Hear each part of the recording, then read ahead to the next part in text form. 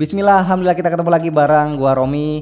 Gua pengen ngajak teman-teman semua untuk unboxing bareng-bareng ini handphone Redmi yang ini kayaknya yang paling ngeri nih yang pernah gua cobain. Redmi K60 ini gua nemu di Tokopedia di Gondre Store. Doi memang spesialis jualan handphone yang gak resmi tapi emailnya aman karena bayar pajak. Dan FYI juga ya, tanggal-tanggal segini tanggal gajian 25 sampai akhir bulan itu kalau kalian jajan di Tokopedia ada waktu Indonesia belanja diskonnya gila-gilaan, dijamin bikin tetap hemat pas gajian, linknya cek di deskripsi. Nah balik ke handphonenya nih si Redmi K60 ini biasa ya, kalau kalian kalau ada handphone yang cuma ada angkanya doang nih biasanya nih kelas menengah ke atas, kencang, flagship kayak gitulah, premium. Di sini kita bisa lihat ada tulisan huruf China. Jadi sebenarnya gue juga bingung ini bacanya gimana ya, Redmi K60 bla bla bla bla. Nah itu bahasa ini ya, bahasa Mandarin gitu. Nah kalau kita lihat di bagian boxnya di sini ada keterangan storage-nya dan juga RAM-nya. So langsung aja gua pengen unboxing. Oke, sip. Oke, tulisannya Redmi, powered by Redmi. Di depan udah banyak Redmi, di dalam tulisan Redmi. Nah ini ada SIM ejector, kemudian nih ada soft case transparan dan ada ini ya kertas bahasa China quick guide. Terus ini handphonenya. Oke, ini ada charger. Mengerikan. Chargernya 120 watt GAN, designed by Xiaomi. Nah ini colokannya USB A, colokannya pipih jadi harus pakai converter. Terus ini kabelnya USB A to USB C. Jadi itu aja singkat ya untuk isinya. Dan ini dia handphonenya. Jadi ini warna hitam. Menurut gua ini hitamnya glossy banget. Jadi akan dengan cukup mudah ya kena kotor sidik jari. Terus dia sebenarnya ada teksturnya nih. Kalau dilihat ada tekstur garis-garis kayak karbon. Terus untuk bagian belakangnya ini curve kanan kirinya. Untuk bagian depan ini layarnya flat sudah terpasang anti gores. Nah kita lihat untuk portnya di bagian atas sini ada infrared, terus juga ada mikrofon, terus di bagian bawah ada grill speaker, terus ada port USB-C, ada mic lagi, ada slot kartu yang mana ini slot kartunya dia nggak ada slot micro SD, jadi cuman ada dual SIM card aja. Bagian kiri kosong, ini framenya flat by the way. Sebelah kanan ada tombol power deketan dengan tombol volume. Nah untuk desainnya di sini ada tulisannya Redmi. Terus kameranya ini persegi panjang ya untuk framenya dengan ada 3 lensa. Ya menurut gua overall sih kalau dilihat ini jujur mewah. Tapi kalau dibilang dari 1 sampai 10 menurut gua skornya ya 7,5 lah, karena memang kita sudah melihat desain handphone seperti ini tuh udah lumayan sering kayak gitu. Jadi nggak terlalu wah-wah banget, walaupun memang ini desainnya premium dan ini bahannya dari kaca. Mantep. Oh ya, by the way dia juga ada IP ratingnya 68, 67 atau 68 kalau nggak salah.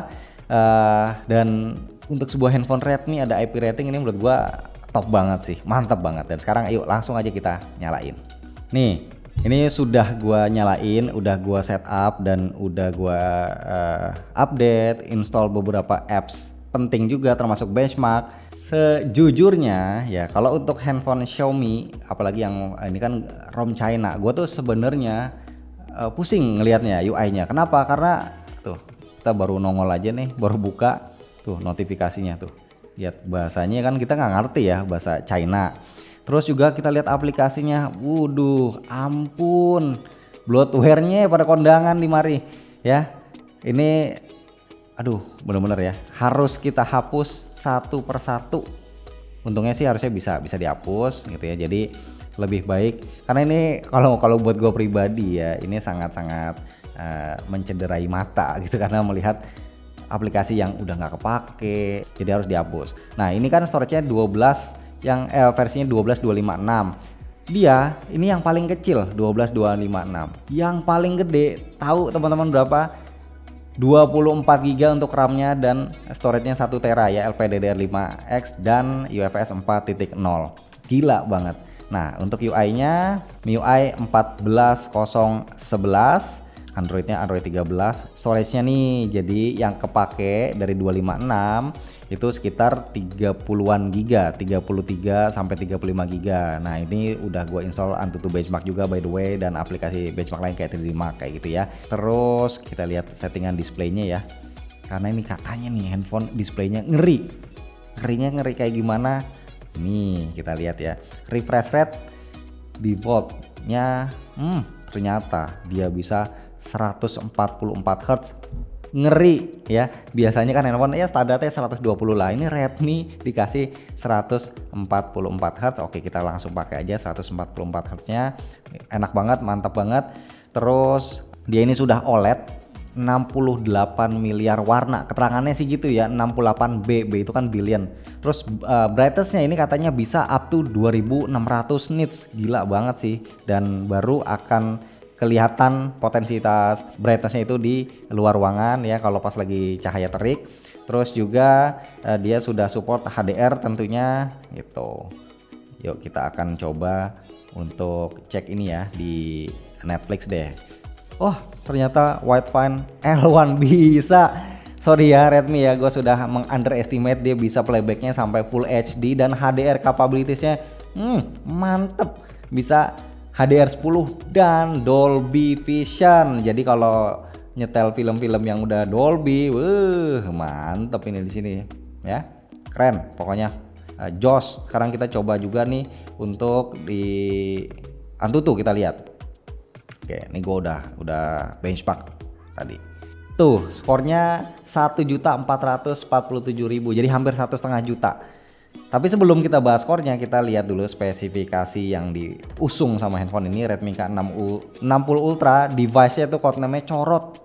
Aduh, nggak enak banget namanya Corot. CPU-nya pakai Dimensity 9200 plus. Nah, ini udah 5G dan sudah 4 nanometer. GPU-nya namanya ngeri, Immortalis G715 MC11 ya. Sekali lagi Immortalis G715 MC11. Nah, CPU-nya ini ternyata dia ada 3 cluster ya. Ada yang pertama satu chipsetnya, satu core-nya Cortex X3, terus ada 3 core Cortex A715 dan yang hemat dayanya 4 core Cortex A510. Oke, cukup mengerikan. Nah, kita lihat baterainya di sini 5000 mAh dengan kemampuan ngecasnya tadi 120 watt yang bisa ngisi penuh. Harusnya ini katanya sih sekitar 20 menit ya udah full charge. Oke, nah untuk skor Antutunya ini versi 10 ya. CPU skornya dapat 369.000, GPU-nya 518.000, RAM-nya 286.000 dan UI-nya UX di 273.000. Nah, untuk overall keseluruhan skornya berarti ini kurang lebih dia hampir-hampir sama lah, kelas dengan Snapdragon 8 Gen 2 dari MediaTek. Jadi ini lawannya Snapdragon 8 Gen 2. Untuk Geekbench-nya nih, untuk single core dia dapat 1274 dan multicore di 3866.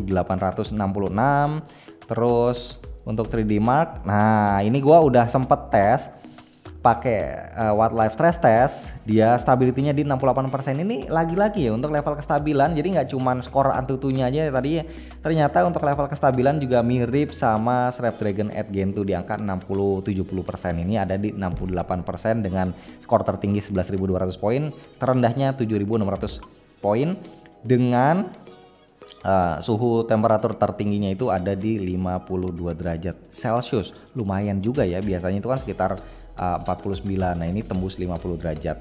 Oke, karena handphonenya juga sebenarnya kan tipis gitu. Nah, sekarang gue pengen download YouTube buat ngecek speakernya sekalian ya. Tapi sekalian juga gue infoin kalau teman-teman misalkan beli handphone ini ya kan otomatis dia nggak ada Google Play-nya. Jadi installnya ya udah tinggal download aja APK-nya Google Play, itu tinggal install biasa, udah langsung login karena dia sudah ada bawaan Google Play Service-nya, jadi aman. Nah, di YouTube kita coba HDR dulu ya, Bali HDR dah. Ini video andalan nih. Oke, HDR-nya jalan ya, dan dia bisa sampai 2160 4K HDR. Ngeri banget, mantep.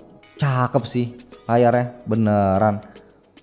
Wah, kayak nonton ini loh, kayak kita jalan-jalan ke mall, kayak ke Electronic City atau ke apa namanya Hartono gitu ya. Terus kita ngeliat TV yang harganya 30 jutaan ya, yang bening layarnya mengkilat, lihat tajam banget gambar. Ini kayak gitulah experience gua yang gua rasain nih sekarang nih.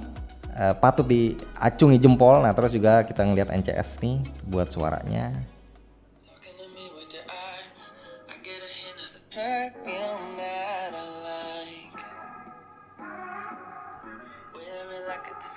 Oke, bentar. Untuk speakernya dia sudah stereo, jadi yang bawah grillnya ada di frame ya, dan yang atas itu suaranya keluar dari earpiece. Tuh ada bolongan sedikit lah, ada bolongan sedikit. Jadi ini udah stereo dan ini 100%.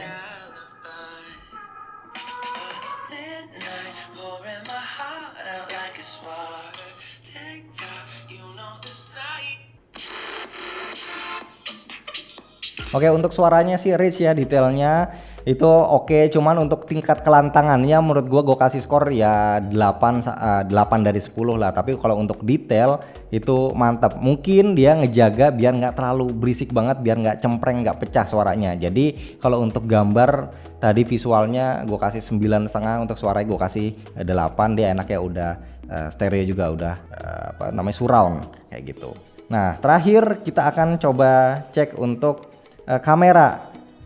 Ini dia kameranya yang sebenarnya mungkin gua agak ragu ya. Sekalian gua coba cari contekan gitu. Nah, untuk kameranya triple cam, lensa utamanya di 50 megapiksel, f1.7 ada OIS-nya, terus ultrawide-nya 8 megapiksel, terus aduh yang ketiga nih. Sedih mau ngomongnya itu kayak lesu gitu. Kenapa? Karena makro 2 megapiksel di sebuah handphone yang cukup monster kayak gini ya, sangat disayangkan masih dikasih makro. Maksud gua ya udahlah mendingan 2 aja gitu ya, tapi dikasih sama-sama bagus gitu. Tapi ini masih dikasih makro. Nah, untuk kamera depannya dia 20 megapiksel. By the way, gua lupa tadi ya, untuk fingerprint dia ada di layar. Nah, untuk perekaman videonya sekarang kita langsung coba tes ya. Dia bisa up to 8K 24 fps bisa, 4K 60 fps bisa. Menu-menunya di sini ada video, ada foto, ada portrait, ada night.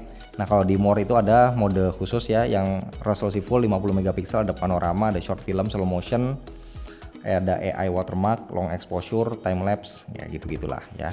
Kita coba buat foto. Oke, untuk gambarnya, wah ini gue merasa dia kontrasnya itu deep banget.